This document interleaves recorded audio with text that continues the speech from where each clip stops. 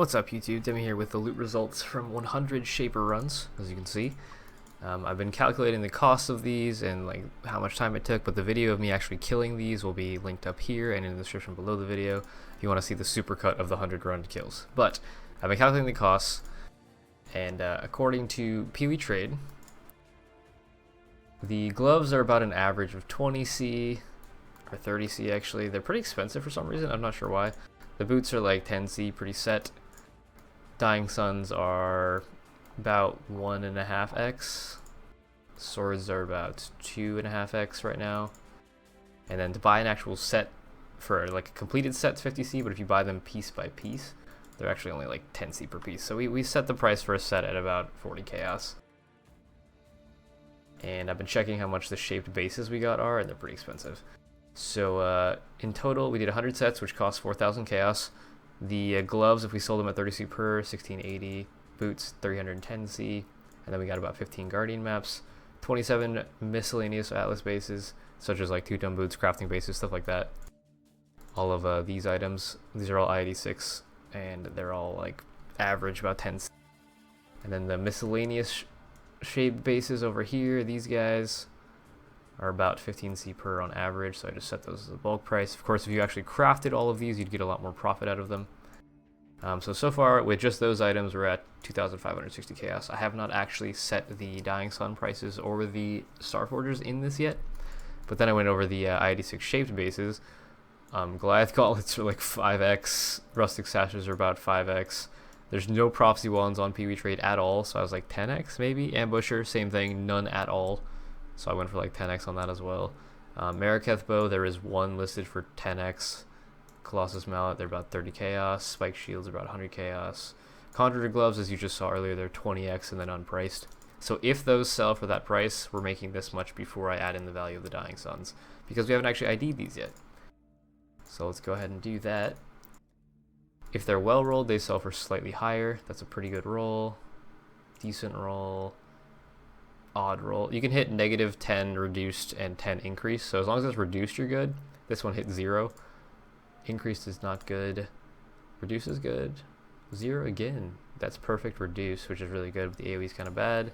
And 1 off perfect reduce. So these probably on average, I'm going to say, are about 2x per. We hit pretty good rolls on that, so we'll do 2x is 100, or yeah, each x is about 100 chaos right now, so that adds 2,000 C. Just kidding, there's only 8 of them, so that's 600 C.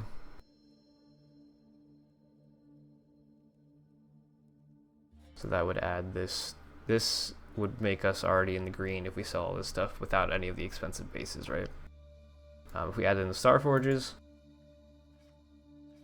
if we get a really, really high roll, it's worth a lot, but it looks like most of these are not going to be super high. 588, or sorry, what was that one? 611, 622, 648 is decent, 679 is pretty good, 676 is pretty good, okay. So we're just going to set these on average to probably about 2.5x. So 5 of those at 2.5x, that's, math is hard, 12.5x total.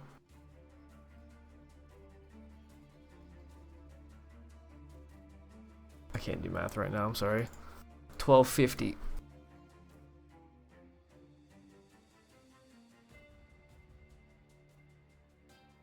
If we add all the things that are fairly set together,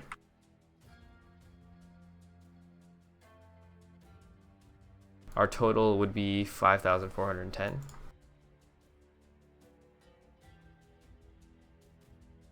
Which means we profited a total of 1,410 C profit without selling any of the weird bases.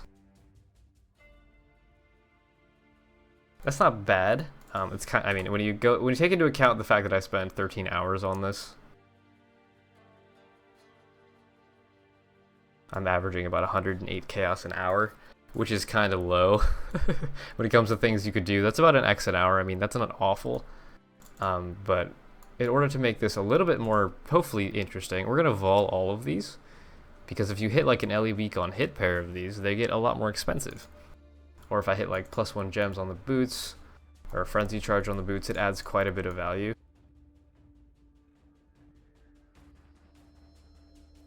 Sorry for my inability to type. So if we search for LE weak pairs, Why are there... Oh, I hit no corrupted. Curse enemies with LE weakness on hit. Shaped. Can I check offline? There we go. There you go. So this is the real profit here. We're gonna vol these to try to hit LE weakness or Volm. Oop, not that Volm, the other Volm. Yeah, Volm on hit's pretty cheap. It's like an X, but that's still more than the 30C. What about temp chains? Those are a little bit higher as well. Yeah, so we really want LE weak on hit. So we're just gonna vol all of them. The reason I socketed them first was in case we hit a bunch of white sockets. Because you could potentially hit like a lot of white sockets. There's a +1 gems. There's a Volm on hit. Cast on crit, not good. Not good. Not good, not good. Assassin's Mark, that's not good. We basically only want LE weak on hit. Cast with stun, cast on crit, +2 vol gems. We've hit most of the possible implicits, so that's interesting. I will show you something kind of cool with the bases as well. Cast speed, cast with stun. We've hit literally everything except for LE weak temp chains. Wow. Alright, so we got no LE weak, so we did get a Volm. So that turns into a loss. Let's go ahead and vol all of these as well. We're looking for like Frenzy Charge, Dodge Chance, +1 gems on these guys. There's +1 gems. 2 +1 gems. There's really not much else you can get on boots that's good. I mean, there's a lot of bad things, but there's not that many good things. So the fact that none of these are turning into something we actually wanted. There's +1 Frenzy. Alright, we got a couple. We got 2 +1 gems and 1 +1 Frenzy. Let's see how much those add to the value.